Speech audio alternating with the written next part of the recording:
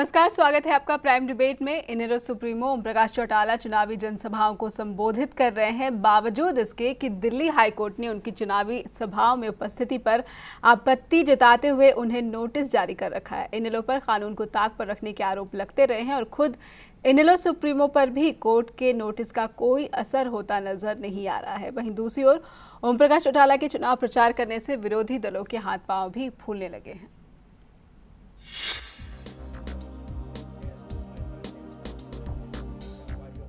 JBT भर्ती घोटाले में साजे फतह पूर्व मुख्यमंत्री इनेलो सुप्रीमो ओम प्रकाश चौटाला ने अपनी रणनीति पर अमल करते हुए शुक्रवार से हरियाणा विधानसभा चुनाव में प्रचार शुरू कर दिया है। 17 अक्टूबर को तिहाड़ में सरेंडर करने वाले चौटाला रोड शो करते हुए जिन जिले के उचाना विधानसभा के शाहपुर पहुंचे तो उनको देखने के लिए पूरा गांव उमड़ आया। चौटाला बस में बने लिफ्ट सिस्टम से बाहर छत पर आए तो उपस्थित भीड़ नारे लगाने लगी।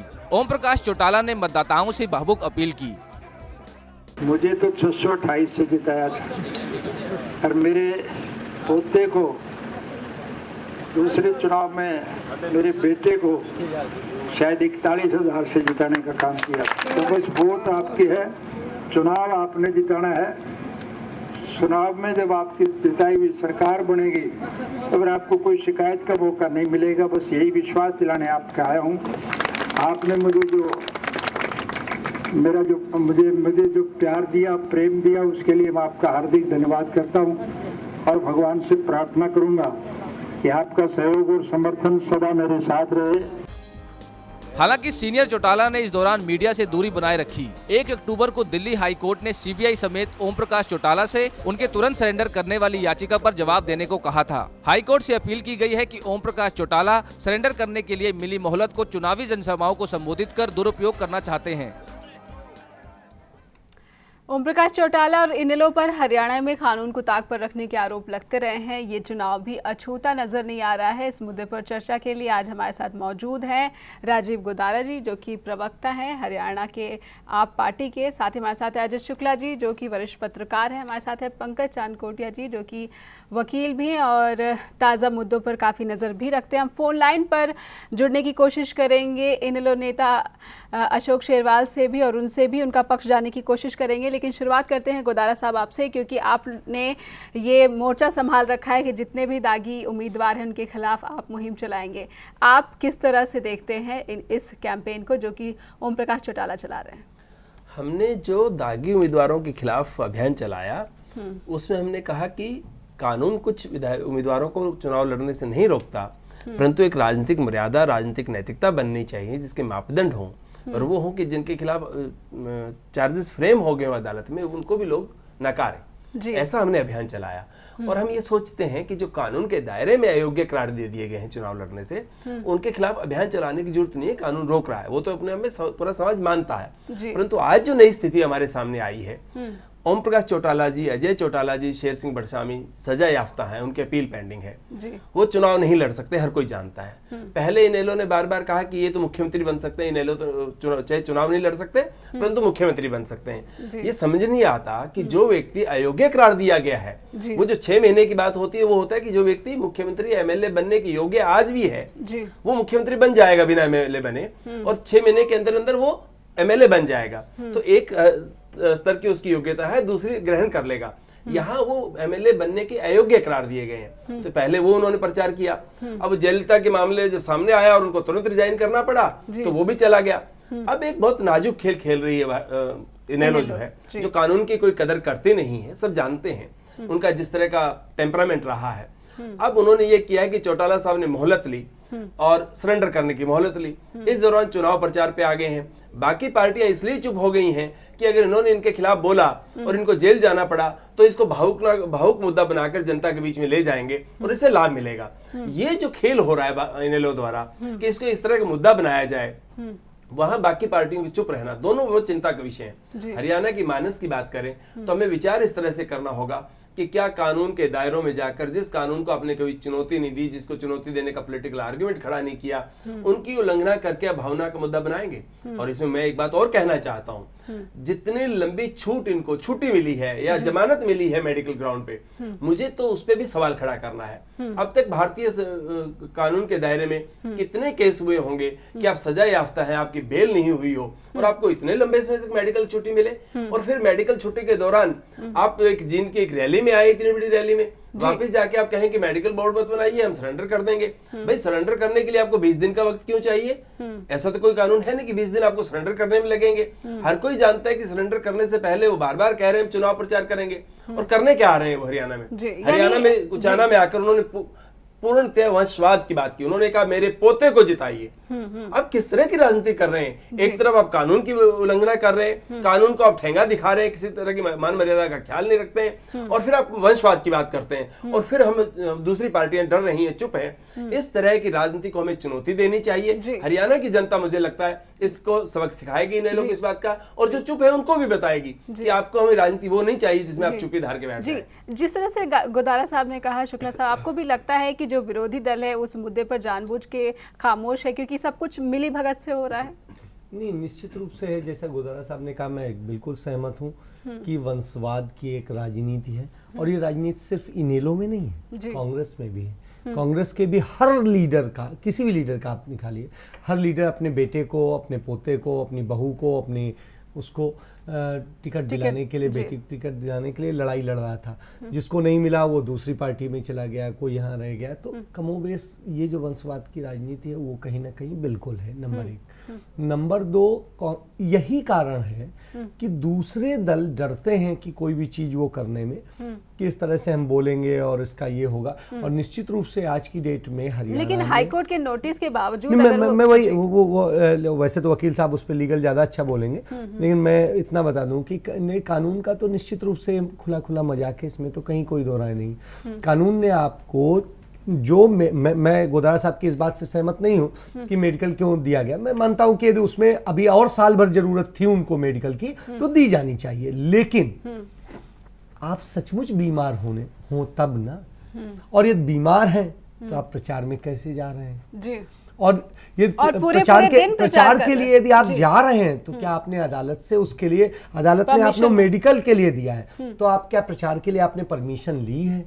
कोर्ट ने, मुझे तो नहीं लगता कि किसी कोर्ट ने परमिशन दी है। और इन सब चीजों को लेकर के तो कमोबेश स्थिति ये है, आपको मेडिकल ग्राउंड पे मिली थी, आप वहीं हॉस्पिटल में रहे, लेकिन दोषी तो सीबीआई भी नजर आ रही है, उसने भी कोर्ट को ये सूचना नहीं। सीबीआई को आप कैसे कहेंगे? सीबीआई ने तो उसमें फाइल किया है कि हाँ उनको वो करना चाहिए। गुड़गांव की कोर्ट में सीबीआई ने बिल्कुल बोला है कि उन्हें किया जाना चाहिए।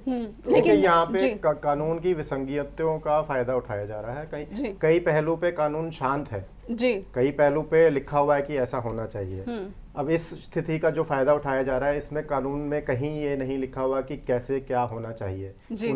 उन्हें बाहर आने का अधिकार है मेडिकल ग्राउंड पे, वह आ गए। अब आने के बाद वह क्या कर रहे हैं इसको कंट्रोल करने के लिए लिखित रूप में कुछ नहीं है। अगर कोई एप्लीकेशन भी करे कि भाई ये गलत कर रहे हैं, जिस तरह से तो जी हाईकोर्ट में पहले से है जिस पर नोटिस जारी हुआ है, इस नोटिस की अवहेलना के बाद अब आपको क्या लगता है बतौर कानून इसमें वही प्रॉब्लम आ जाती है ना, नोटिस इशू हुआ है तो समय निकलेगा, 15 दिन का नोटिस इशू होएगा। ये तो है नहीं कि जी कल ही आ जाओ, ये बुला नहीं सकते। तो ये चौटाला साहब और सभी ऐसे व्यक्ति अवेयर हैं कि अगर उल्लंघना हम करेंगे कोर्ट हमें नोटिस करेगा, बिल्कुल उन्हें ज्ञात है ये।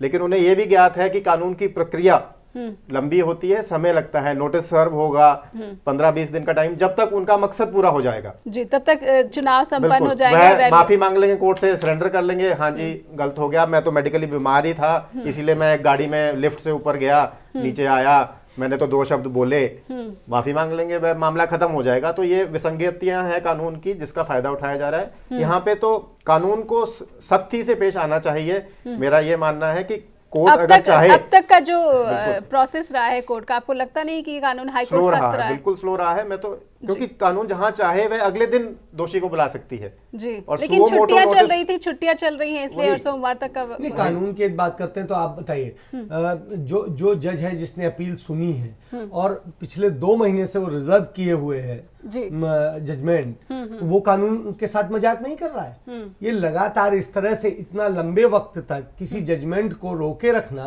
तो सीधे सीधे जजेस कहीं ना कहीं उसमें करप्ट प्रैक्टिस, इसी से मौका मिल रहा है दूसरे व्यक्ति को, मौका दे रहे हैं। मुझे इसमें कहना है जी, पूरे केस को समझे और पूरे जुडिशियल सिस्टम को समझे। कोई ऐसी स्टडी अभी तक आई नहीं है, परंतु जो वकालत के व्यवसाय में है वो जानते होंगे कि 10 साल सजा हुई हो, आपकी अपील हो गई और कितने समय में अपील सुनी जाती है जी। तो और क्या इस केस में भी जब सुप्रीम कोर्ट में के सामने मामला गया चौटाला साहब का कि हमारी एक्सटेंड करनी चाहिए जमानत, तब सुप्रीम कोर्ट ने क्या कहा था? वो दौर था जब अपील की सुनवाई हो रही थी। कितने सख्त शब्दों में सुप्रीम कोर्ट ने कहा था कि आपकी वेदांता में क्यों जगह होनी चाहिए, आपकी तो तिहाड़ में जगह होनी चाहिए, ये उन्होंने कहा था। और ये क्यों कहा था, उसको संदर्भ को समझना चाहिए। उसके बाद वो जो तेजी से अचानक अपील की सुनवाई हो रही थी, अगर तथ्य देखें तो थोड़ी स्लो हुई नजर आती है। उसके बाद जमानत के केस जो है रिजर्व हो गया। परंतु मैं तो ये सवाल कर रहा हूं कि अब इतने लंबे समय तक छुट्टी किस अपराधी को अब तक मिली है, किस सजा याफ्ता को मिली है, वो भी स्टडी होना चाहिए। उसको भी छोड़ देते हैं। 31 तारीख को आप रैली में आते हैं, बिना कोई परमिशन लिए आते हैं, वापस कोर्ट में नोटिस होता है, कोर्ट में जाकर आप कहते हैं कि अच्छा पहले मेडिकल बोर्ड की बात आती है, जैसे मेडिकल बोर्ड बनने की बात आती है आप कहते हैं जी हम तो सरेंडर कर रहे हैं। जब आप सरेंडर कर रहे हैं, आप मेडिकल ग्राउंड को छोड़ रहे हैं, मेडिकल बोर्ड की बात नहीं कर रहे हैं, उसके बाद 20 दिन की सरेंडर करने की मोहलत आज तक किस व्यक्ति को मिली होगी? और ये वो 20 दिन कितने क्रुशियल है हरियाणा की राजनीति के लिए। इसलिए और फिर जब मैं इसी बात को कह रहा हूं, पंकज जी ने जो कहा कि कानून की कमजोरी, मैं नहीं मानता। कानून बहुत साफ है। कानून को जब चुप होता है कानून, तब एक संदर्भ में देखा जाता है। संदर्भ क्या है? पर वो समय ही तो निकला जा रहा है हाथों से। सुप्रीम कोर्ट ने एक मिनट, संदर्भ ये है कि जब जमानत में थे, आपकी जमानत कंडीशंस में थी कि एनसीआर से बाहर नहीं जाएंगे, आपने उसके बाद मोहलत ली, तो आपकी वो कंडीशन थोड़ी रिलैक्स हो जाएंगी, वो कंडीशन रहेंगी। ये कह देना कि अब हम जमानत पे नहीं है, मोहलत पे है 20 दिन की सरेंडर करने की, तो कानून की भावना जो होती है वो उस पर्सपेक्टिव में चीजों को देखा जाता है, उस प्रसंग में देखना चाहिए। उस हालत में किसी कानून की कोई चुप्पी नहीं, कोई बहाना नहीं हो सकता। ये गैर कानूनी कदम है, इस पे अदालत को तुरंत एक्शन लेना चाहिए। जहां तक रही बात सीबीआई की, जब ये बयान आए तो किसी व्यक्ति ने अर्जी लगाई कि चौटाला साहब ये करने वाले हैं। कोर्ट ने सीबीआई को कहा कि आपने हमारे नोटिस में क्यों नहीं लाया? मुझे आज भी अचरज है कि कल कोर्ट चौटाला साहब वास्तव में बाहर आ गए तो सीबीआई को कोर्ट के पास जाना चाहिए था, छुट्टी होने के बावजूद कोर्ट में देना चाहिए था। ये किसी ऐसे इंडिविजुअल का मामला नहीं है जो 2 दिन सरेंडर नहीं कर रहा और घूम रहा है। ये पूरी हरियाणा की राजनीति को या पूरे देश की राजनीति में एक बहुत ही नेगेटिव किस्म का नकारात्मक किस्म का संदेश दे रहा है। शायद इतना संजीदा ये माना नहीं जा रहा है। शुक्ला साहब, आपसे जानना चाहेंगे कि इनेलो एक तरफ से सहानुभूति वोट भी बटोरने की कोशिश कर रही है, साथ ही वो ये पहले कांग्रेस पर आरोप लगाती रही है कॉन्स्पिरेसी की, और अब क्योंकि केंद्र में भाजपा की सरकार है तो दोनों ही मामलों में इनेलो को ऐसा लग रहा है कि वो विरोधी दलों को पीछे छोड़ रही है, जस्ट बिकॉज क्योंकि चौटाला कैंपेन में पहुंच रहे हैं। आपको लगता है कि चौटाला को अगर अवहेलना का दोषी पाया जाता है तो भी वो फायदे में नहीं रहेंगे? नहीं, आप ये तो कहना कि फायदे में नहीं रहेंगे या नुकसान, तो जानते हैं वो जैसा कि अभी हमारी बात हो रही, तो मैं तो पहली एक चीज़ पे आता हूँ कि मुझे सुप्रीम कोर्ट पे हंसी आती है कि सुप्रीम कोर्ट ये कहता है, कमेंट करता है कि उनकी जगह तो जेल में होनी चाहिए। तो सुप्रीम कोर्ट ये सीधे ऑर्डर क्यों नहीं करता है? मतलब मजाक कर रहा है वो जज? जुडिशियल सिस्टम में आप सबसे बड़े न्यायालय के जज हैं और आप सिर्फ कमेंट करके आप सोचते हैं कि आप अपनी जिम्मेदारी से बच गए। आपको यदि ये लगता था तो आप सीधे ऑर्डर करते हैं कि यहाँ 24 घंटे के अंदर उन्हें जेल में ले जाइए। और तमाम सारे ऐसे मौके मौजूद हैं जब अदालतों ने कहा है कि 4 घंटे के अंदर ये कर दीजिए, 5 घंटे के अंदर ये कर दीजिए, 12 घंटे के अंदर ये कर दीजिए। मुझे याद है गाजियाबाद के रेलवे स्टेशन पे जस्टिस आई एम कुद्दूसी ने कोर्ट कॉल कर ली थी जी। आपको और नहीं सुन लीजिए, तो जब ये स्थितियां हैं तो ये जजेस क्यों डरे हुए हैं जी? क्यों नहीं करते हैं? इसमें एक क्योंकि वो भी करप्ट प्रैक्टिस के जरिए, मुझे हो सकता है कंटेम्प्ट हो सकती है, वो करप्ट प्रैक्टिस के जरिए जजेस बनते हैं। हमारे देश की व्यवस्था का सबसे बड़ा दोष है जो हमारे यहाँ पे तमाम सारी चीजें होती हैं, मुख्यमंत्री अपने यहाँ से तमाम सारे उनको रेफर करता है और उन वकीलों का पैनल चला जाता है और वो हो जाता है और इस तरह से होता है।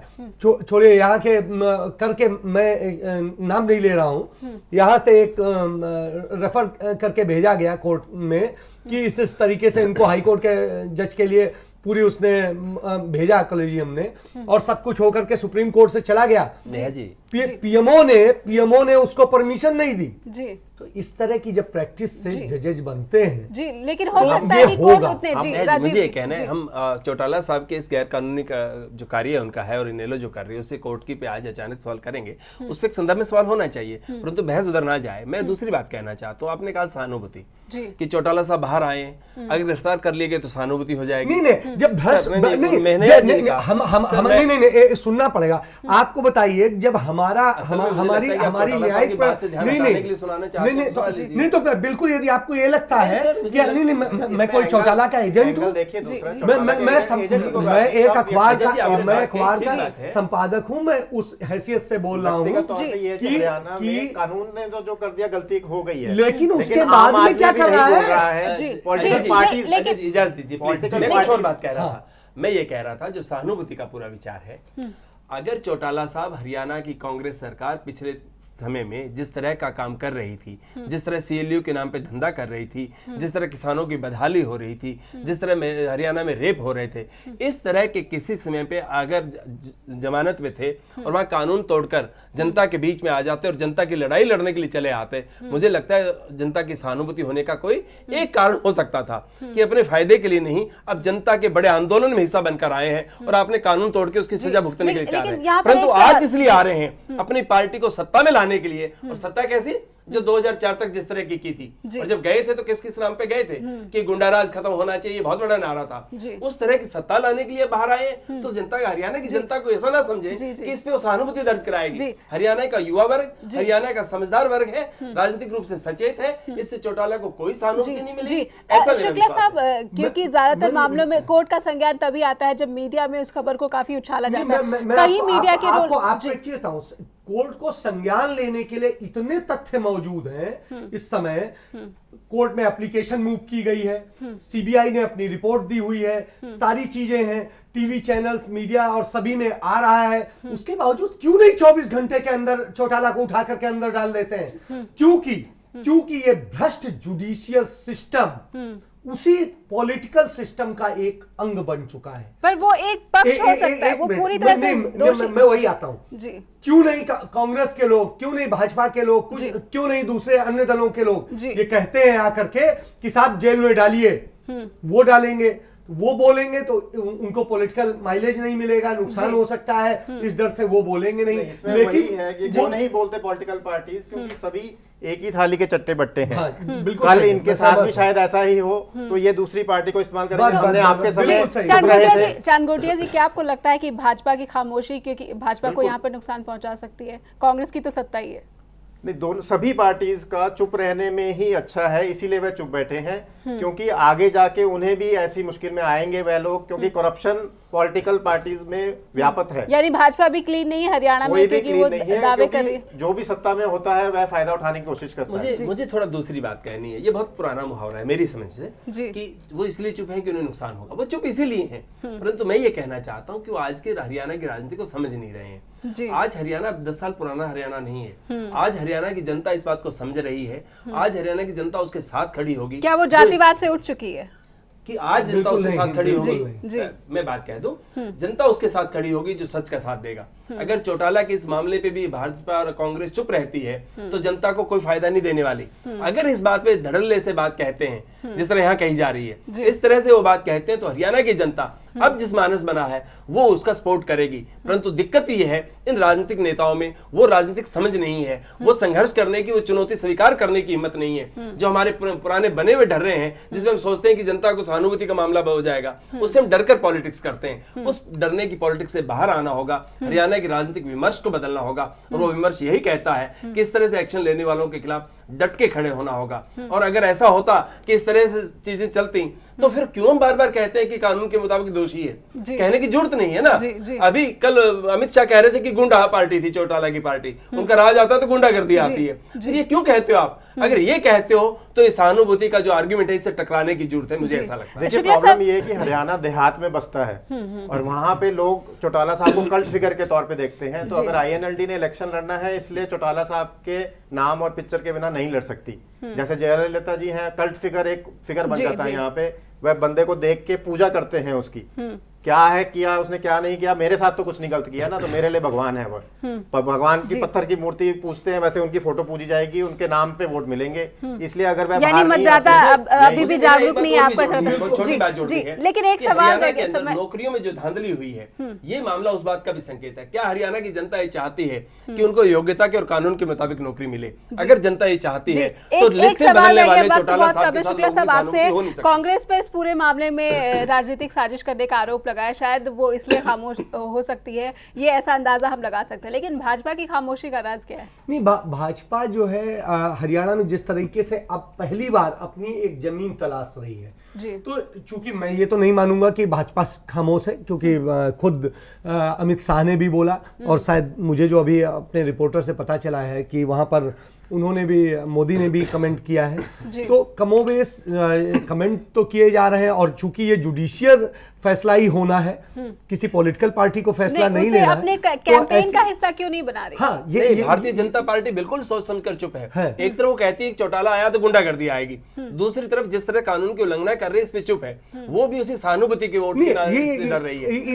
इसमें क्या कर सकती है कोई पॉलिटिकल पार्टी? इसमें क्या इतना ही बोले बयान जारी? अगर आप डिबेट में बैठकर अपनी बात कहकर समझते हैं कि बात कहने से कोई जनता तक बात जाएगी, तो पॉलिटिकल पार्टियों के बयान क्यों नहीं जाएंगे? और मुझे अचरज हो रहा है कि किसी इवन इनेलो के लोग भी अपनी बात को डिफेंड करने के लिए कल से किसी टीवी डिबेट में नहीं दिख रहे हैं। भारतीय जनता पार्टी और कांग्रेस के लोग नहीं दिख रहे हैं। हमने भी बहुत कोशिश की किसी इनेलो के नेता को संपर्क करने की, लेकिन कोई सामने। इसका मतलब है ये सब पार्टियां इंक्लूडिंग बीजेपी जनता की आवाज को, जनता के बीच में राजनीतिक विमर्श को नहीं देखती हैं, नफे नुकसान को तोलती रहती हैं। एक तरफ बड़ी बात कहेंगे, दूसरी तरफ चुप हो जाएंगे। अल्टीमेटली जैसे पंकज जी ने जो कहा कि एक ही थैली के चट्टे बट्टे हैं, ये हरियाणा का राजनीतिक विमर्श जो है, डिस्कोर्स जो है, वो राजनीतिक नहीं बनाना चाहते, जिसमें कभी बात अदालत में डाली जाएगी, कभी किसी और चीज में डाली जाएगी, कभी सहानुभूति का मामला होगा। हरियाणा का राजनीतिक मानस नहीं बनाएंगे आप तो हरियाणा सुधर नहीं सकता। हरियाणा के हालात हरियाणा में खप पंचायत है, वह इलीगल है। लॉ के हिसाब से खप पंचायत जो और ऑनर किलिंग वगैरह होती है वो इलीगल है, लेकिन कानून उसका कुछ नहीं बिगाड़ पाई। नहीं, मुख्यमंत्री ने सदैव उसको डिफेंड किया है, सदैव डिफेंड किया है, दूसरे और पार्टी ने डिफेंड किया है। साथ ही चाँद गोटिया जी, आपको लगता है कि ये जो पूरा मामला अगर हम देखें तो हरियाणा की राजनीति में बिल्कुल कोई बदलाव नहीं आया, जो सुधार की बात करते हैं विभिन्न बिल्कुल नहीं आ रहा। हरियाणा सबसे नीचे तबके पे है, पॉलिटिक्स के नीचे ले आया है एकदम। खप पंचायत को जो नहीं सॉल्व कर पाया, इलीगल डिक्लेयर हो चुका है, वह इस चीज को कैसे डील करेगा? इसको तो बिल्कुल उठाने की ही कोशिश करेंगे वह। शुक्ला साहब, चुनाव आयोग से किस तरह के हम उम्मीद कर सकते हैं? क्या कोई एक्शन इनेलो के अगेंस्ट लिया जा सकता है? चुनाव आयोग को कितना अधिकार है इसमें मुझे नहीं लगता कि कोई लीगली कोई चीज ऐसे बनती है, कोई कानून में ऐसे नहीं है। इसमें जो कुछ कर सकता है वो जुडिशियरी कर सकती है, और जुडिशियरी खामोश है। ये एक सबसे बड़ा कहना चाहता हूँ, चुनाव लड़ने वाला हर व्यक्ति जानता है कि आपको कहीं पंकज जी जाके रैली करना चाहिए, मीटिंग करना चाहिए, 10 लोगों की परमिशन चाहिए। हर किसी को डीएम से परमिशन लेना है। जिस व्यक्ति को कानून से छूट नहीं है, अदालत से छूट नहीं है, उसको रैली करने की चुनाव आयोग परमिशन कैसे दे रहा है? जी, ये तो तुरंत से रुक सकता है, चुनाव आयोग रोक सकता है। बाद में एक्शन लेने से कोई फायदा नहीं। जो जितने सारे पक्ष है, चाहे वो जुडिशरी हो, चुनाव आयोग हो, विभिन्न राजनीतिक दल हो, ये सभी कहीं ना कहीं कल्प्रिट नजर आ रहे हैं।